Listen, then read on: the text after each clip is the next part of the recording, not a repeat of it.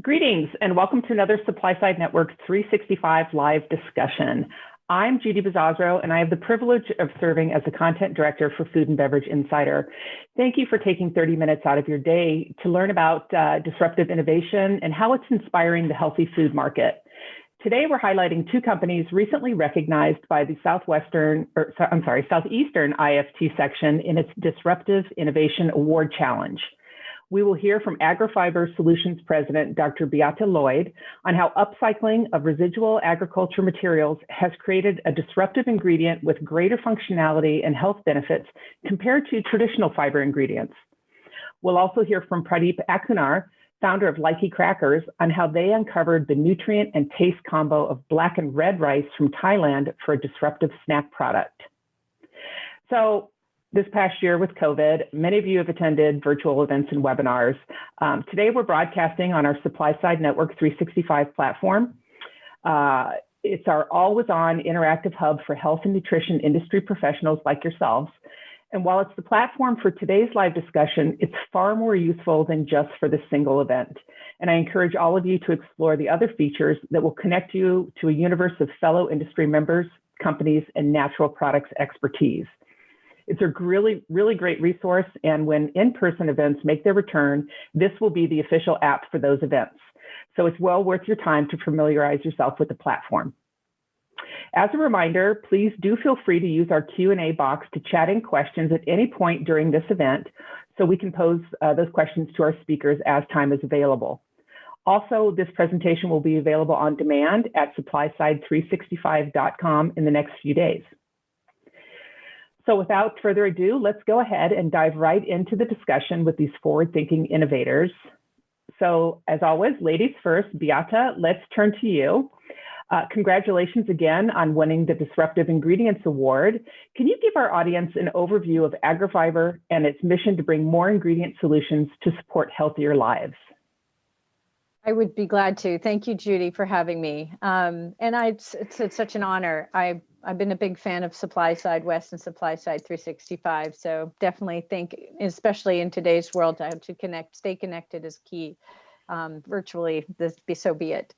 So AgriFiber is it's our vision is really about preserving nature in the pursuit of healthier lives. And I can't say more about that. It's core to our DNA. We are continually improving the quality of our customers' food supply by scaling plant-based ingredients. They are coming, we take our agricultural residues and waste streams or side streams, and we valorize them and make really valuable dietary fibers, yes, but also functional fibers, both. And the award was an award given to our newest ingredient, which is a soluble corn-based fiber that is fermented by the gut bacteria and producing very unique set of functionalities there, promoting specifically Bifidobacteria longum. So very much about our company is about developing structured fibers, and that's really our core, and helping our food supply and our suppliers, our customers, which are businesses in a variety of segments and opportunities there. We can talk about more, but yeah, excited to be here and look forward to the rest of your questions. So thank you. Perfect. Well, perfect. Thank you for that background. So let's kind of get into the technical aspects of it. How do you upcycle fiber from residual agricultural materials to offer the functional and health benefits more than what traditional fiber ingredients bring to the table? So traditional fibers are extracted from plants that are grown, like a chicory root, for example. Inulin's grown from that, or extracted from that. And a lot of that requires A, growing the plants, and B, a lot of water usage in growing the plants, and the land being used not for other crops that could be used as well for food. So we take our agricultural side streams from millers. Farmers are farming, the millers are milling, and we're then taking those side streams that normally would go to live feedstock or be thrown out. And we take those and we extract and purify with a patented process, several patented processes to bring these dietary fibers into being. Mhm. And so can you explain a little bit, I know it's a prebiotic fiber, correct? We have both the prebiotic fiber and the insoluble fiber, which is not digested at all as well. Okay. So how do you ensure that the ingredient, let's say I'm a formulator or an R&D person, how do you ensure that your ingredient is delivering the nutritional value that you say it does? So for the most part, fiber does deliver the nutritional value if it is considered a dietary fiber, which ours is. And that is by having the bacteria, in particular in prebiotics, is they ferment or metabolize these bacteria, and these bacteria ferment these carbohydrates, and they are then turned into byproducts and metabolites then really feed your gut. And the particular, our AgriFiber BFG ingredient, which is our newest one that this award was gone to, really supports the fermentation process along the your entire digestive tract. And that's the beauty of this more complex structured fiber, which is unique in market. Sure, and we all know that digestive health is the key to overall health. Yes. And it's been getting, I think, especially during COVID, I think more consumers are understanding the whole gut microbiome axis. So the ingredient that won, it's prebiotic, it's clean label, and it's allergen free, correct? Okay. So are there any food or beverage applications that are best suited for this ingredient?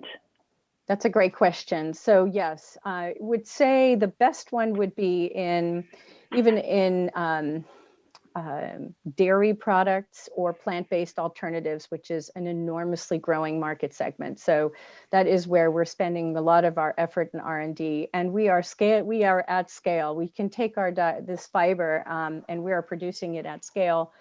And we've invested both people and time and equipment significantly this year as well already, really to grow that capability. And that is across multiple, we have applications in baked goods as well. And we're seeing increased use as well in reduced calorie foods in areas where there's even a sugar reduction need. A lot of better for you products, better for you efforts are now looking for sugar reduction.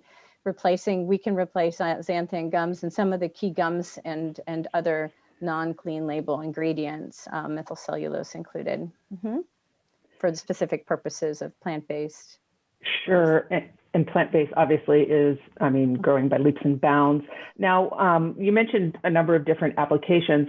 Are there any formulation considerations that may differ or that may present like a challenge to the formulator? Yes, and that's, I think, where AgriFiber really does shine, and a reason I joined AgriFiber, coming from big food companies. But I am a firm believer in this idea of customization per the application. So we have focused one of our key pillars of growth around this idea of customization or agility. We are able in our production to accommodate some of the needs of our customers in that respect. So to that point, with different particle size of the fibers are needed in different applications. So they're not gritty or add more viscosity. Our fibers hold as much as 25 times its capacity, its size in water. So we can actually gel up in an exceptional way. Our insoluble fibers do that. And we're very excited about in our soluble fiber being able to act as an emulsifier in such a way it can, like I said, be used in various applications, including chocolates, confectionery, and beverages as well in the future. So. And I know we're talking about, today we're talking about, the human food and beverage category, but one that just popped into my mind because I'm looking at 200-pound labs over here out of the corner of my eye. Would this ingredient be good for pet nutrition as well? Absolutely. A lot of good research happens in pet nutrition before even humans get the food in the food supply. And not just because, we've experimented on animals, but in fact, a lot more research can be done faster and with rigor, with randomized trials, just like human trials do.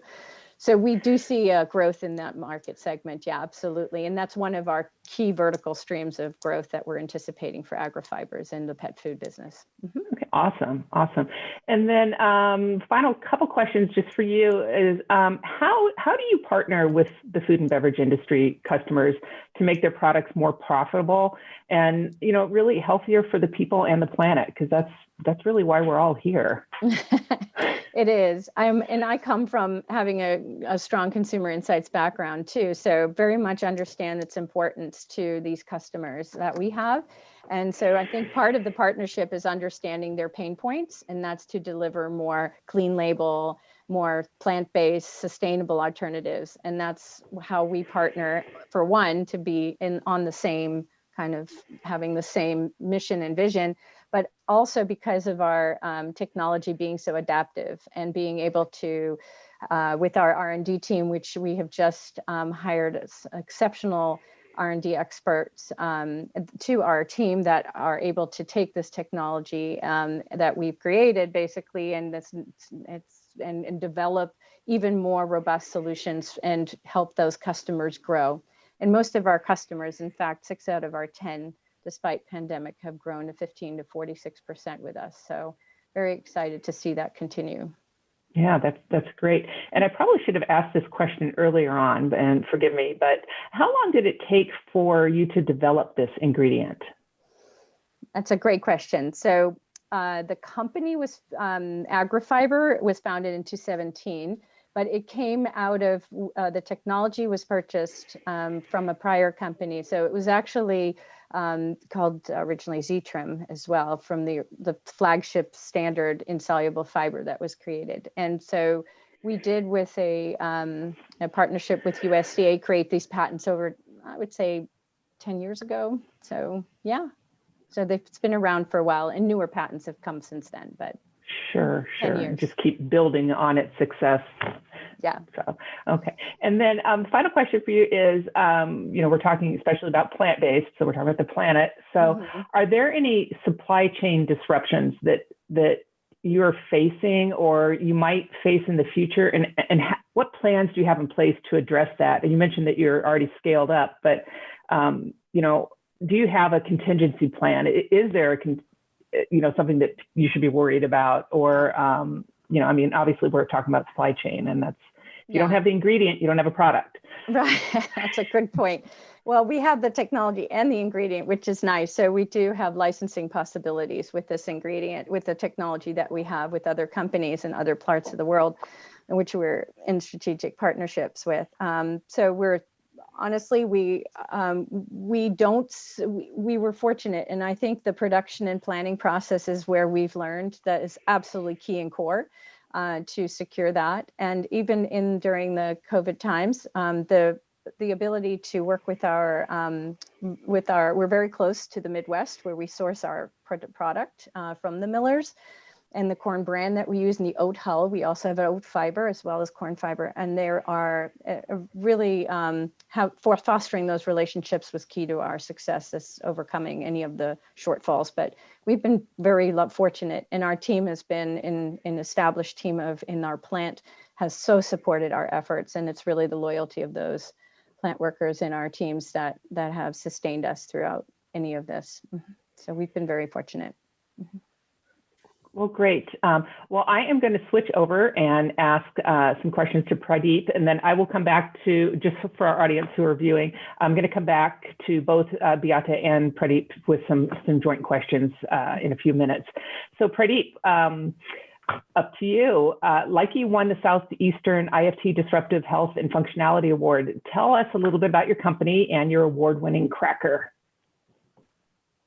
So Likey, first of all, it means farmer's market in Greek. And, being an international traveler, what I have discovered is that no matter where you go, the farmer's market around the world are the same. You know, it's just about that human connection. When you go to a farmer market, you see the fresh product.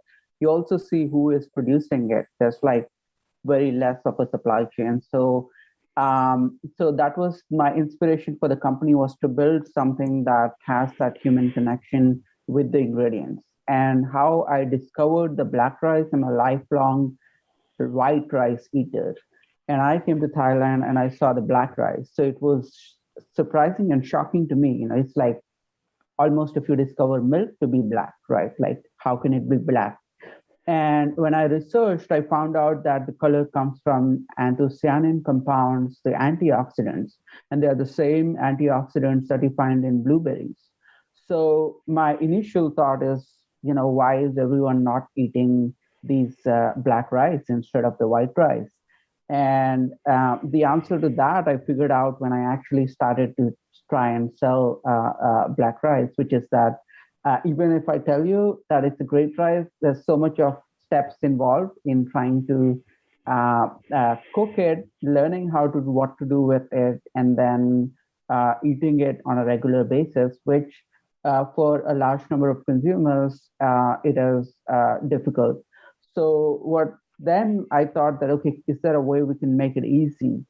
And snack is easy. So then I set about in trying to find ways in which we can use these black and red rices as a healthy ingredient base, and then come up with a snack that is easy to eat.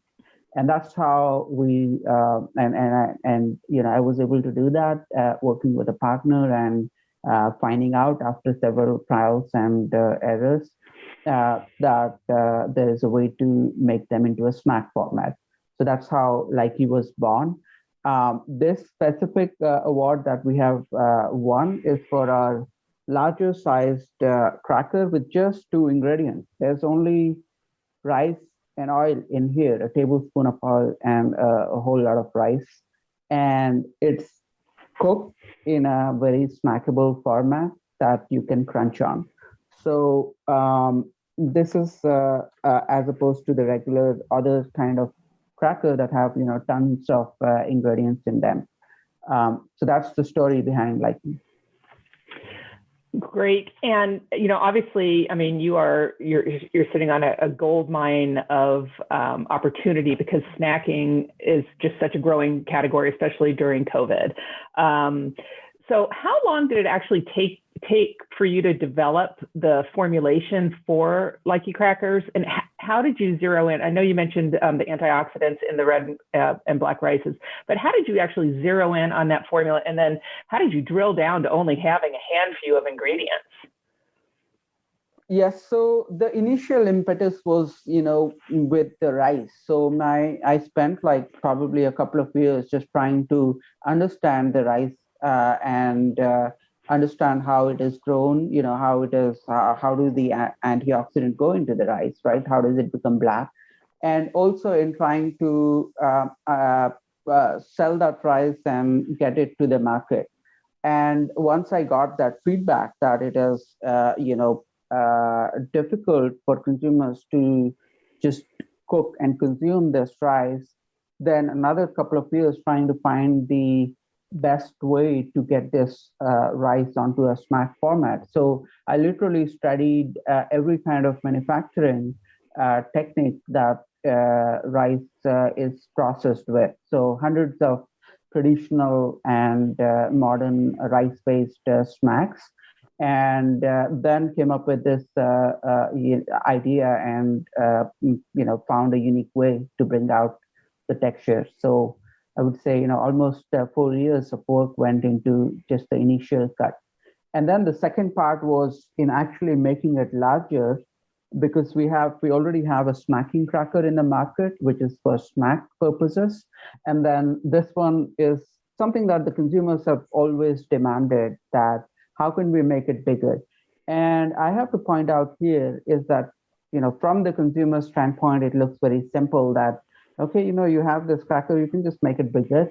But I think those who have a technology background in the food sciences, they would know that every time you change the shape, the whole properties of the snack changes altogether. So it took another couple of years to get to that perfect larger size that consumers want. Okay, great. And and I love that you have the larger size because snacking has kind of replaced some of the meal occasions. And so, you can put your hummus on it, you can put vegetables, whatever you want.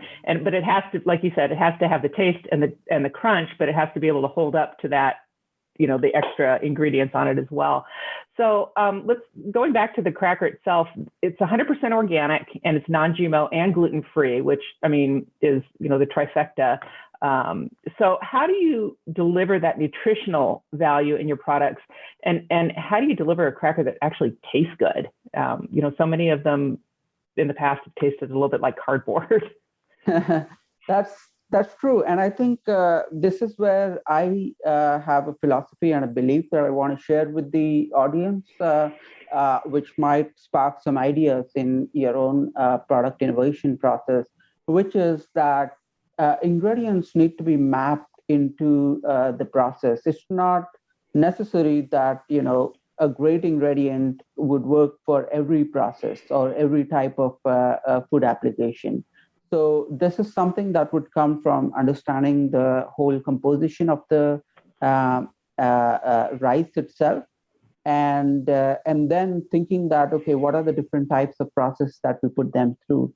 In our application, or in our case, we have two ingredients, which is the whole grain rice and the oil. So the oil is adding up the crispiness, and the crunch factor is coming in from the rice expanding. So you have rice that is getting cooked in the process, as well as the slight amount of oil just as a acting in sync with the rice to deliver both the taste and the crunch, as well as that light amount of fat that is necessary to add to the taste. So black rice has a naturally delicious taste, and then you combine that with just a little bit of fat coming in from the oil, and it's fantastic. Okay, so can you expand a little bit more on this process mapping? Share some thoughts on some of the trends or ingredients that are trending. Are there specific processes like frying or baking that affect it? Yeah, absolutely. And I think this is important in it. I have a strong belief that, in order to simplify the messaging, a lot of previous messaging has gone out that, this process is good, frying is bad, baking is good, baked is put in big bold letters on the packaging to indicate that it is healthier, but not necessarily for every product. So you take a simple ingredient, and then it would have a different properties when it is cooked, and with baking or with frying, or with it reacts or transforms, I would say, in a different way. And this is what I mentioned earlier about the process mapping, that if you have a great ingredient, you also think about how would this ingredient react in this particular process, and also look at the rest of the ingredients in that particular formulation. That is there a synergy? Is there a kind of a gelling of these ingredients coming together? And then you would see that let the ingredients' natural properties shine through. So for us, the black rice, you would see that the same rice, and it has the color. There's no added color. So the color is indicative that despite being processed, you are able to retain the nutrient. It's a signal that the ingredient itself is given. If you pound it very hard, the same rice would lose all of its color, and then you apply baking technique as well, but it has lost some of its natural antioxidant properties in that particular application. So my belief is that mapping the ingredient to the process, all processes are good as long as they are transforming the ingredient into its best format for taste and nutrition. Okay, we've got 6 minutes left, and I have one more question to you before we go to the group questions. You source your organic black rice and red rice from Thailand. How do you ensure your supply chain? How do you have enough ingredients to continue to scale? Yeah, I think this is where being connected to the farmers was very important for me, and that's why I called my brand Likey, which is about the human connectedness. So I personally visit the farms where these rices are grown, and these type of specific black and red special varieties of rices are traditionally grown by small scale farmers in the northeast of Thailand. So we have direct relationship with these farmers who grow the rice for us, and then we get them and we process them. So that way, by having a direct relationship with the farmers, we know how much to grow, and we kind of keep feeding that feedback to the mill and to the farmers that this is what we need, this is what we will need the next year. And they also make a lot more income. In fact, there's a social benefit to my crackers, which is that these rices pay double the amount of traditional rices. So that way the farmers have a way to increase their income, and they also can eat the healthier variety of rice. So by having a direct relationship is how we address the supply chain. Okay, great. Thank you for that. So we are running short on time, and we do have a few questions, but I wanted to throw one out to both of you. And again, thank you for your views on this. But let's talk about the elephant in the room. Let's talk about COVID-19. How has it affected innovation in the entire food and beverage space? And Beate, Pradeep, feel free to jump in, whoever wants to take that question first. Yeah, I can maybe speak to that real quick. And my perspective is, of course, a lot of the source materials for a lot of nutrients and ingredients come from overseas and for the US businesses and markets.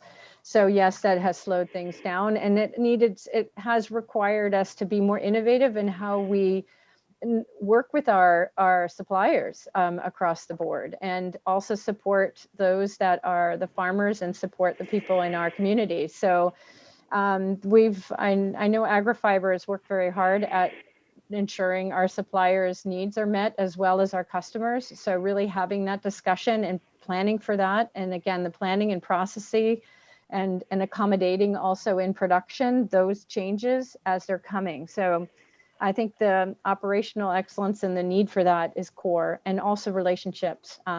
To Pradeep's point about the farmers, we have the same. So as long as we're connected with our suppliers and understanding their pain points and pressure points, but everything we do, I think being more local, being more sustainable and local is really the key to success. Yeah, I want to add that, I think COVID-19 has given a tremendous benefit to the functional innovation directed towards functions such as immunity boosting. I mean, I think there has been a dramatic increase in the awareness for everyone that, in order to fight the diseases, we need to build up our immunity, and we need to start now to build up that immunity to fight. And so that increase in consumer awareness would translate into innovation that focuses on these functional elements of immunity. And antioxidants are great for immunity, I would say. Yeah. Yeah, I think the health of how the consumers are caring for themselves is key in this time frame. So we absolutely have seen a shift to not just the sustainability, but also the health forward thinking. Consumers are much more baking at home and doing to be part of their healthcare, bringing it home. So I see the great future in a lot of the food supply providing solutions for that. And innovation will always be about gut health or forward thinking, immune system development, new personalizing of nutrition, and that will continue to grow in the specialty nutrient areas. Okay, and that's great, and that's one thing that we had, the two of us, or the three of us had talked about leading up to this event, that the food system is under stress, and how do we, Yeah.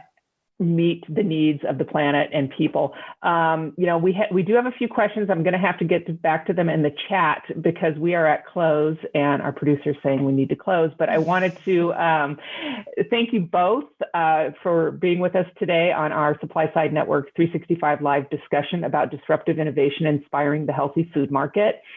Thank you for your insights into innovation and the changing landscape. And thanks to everyone in our audience who tuned in today. We're grateful that you joined us, and we look forward to seeing you hopefully at an in-person event soon. If you are in the Phoenix area on Friday, June 11th, I invite you to attend the Supply Side Phoenix pop-up event. It's an exclusive single-day tabletop event that offers attendees and exhibitors the ability to connect one-on-one, explore new ingredients, and talk to service providers, and simply recharge, get together. Let's have an in-person event. And it's going to be great. So we see great things in the future. And thank you again to Pradeep and Beate. And as a reminder, this live discussion will be available at supplyside365.com in the next few days.